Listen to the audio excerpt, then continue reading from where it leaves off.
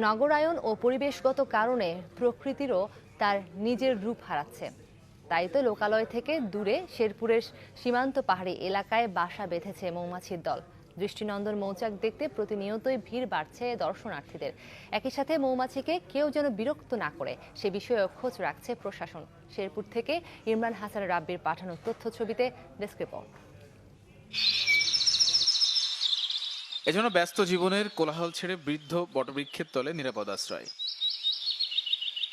একটি দুটি নয়, ঝাঁকে ঝাঁকে মৌমাছির চাক, মৌমো সৌরভে যার সুবাস ছড়িয়েছে সবখানে।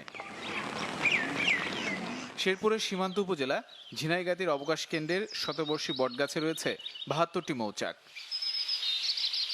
কিছুদূর না যেতেই শ্রীবর্দীর কর্ণঝোড়াই সড়কের পাশে কাঁঠাল গাছে মিলেছে ১৫০ শতাধিক মৌচাক। পর্যটক আকর্ষণ তো বটেই, এত মৌমাছি দেখতে এখন ভিড় করছেন অনেকেই। অনেকদিন আগের পুরাতন গাছ, ১০০ বছরের উপরে হইতে পারে। এই গাছে প্রতি শীত সিজনে এরকম অনেক মৌমাছির চাক হয়। অনেক দূর দূরান্তের মানুষ আসে এই চাক দেওয়ার জন্য আর এই মধু পাড়ার জন্য। একটা গাছের মধ্যে এতগুলো মধুবালার চাক তো আগে তো কখনো দেখা হয় নাই। বাংলাদেশে বহু জায়গায় ঘুরেছি, কিন্তু এমন একটা দৃশ্য আমার চোখে পড়েনি। যেন দম ফেলার সময় নেই মৌমাছির। বুনো ফুল থেকে মধু আহরণ করে ভান্ডার ভরতে ব্যস্ত সবাই। তাদের কাজে কেউ যাতে ব্যাঘাত ঘটাতে না পারে সেজন্য তৎপর স্থানীয় প্রশাসনও।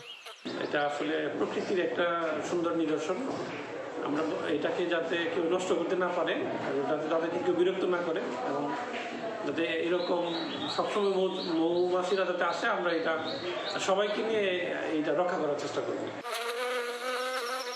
বছরের অন্য সময় যাযাবর জীবনযাপন করলেও শীত এলে শেরপুরের এই সীমান্ত এলাকায় স্থায়ী আবাস গড়ে তোলে মৌমাছিরা। আর চাক থেকে মধু সংগ্রহ করে বেঁচে আছে স্থানীয় মৌয়ালরা। Desk report, channel 24।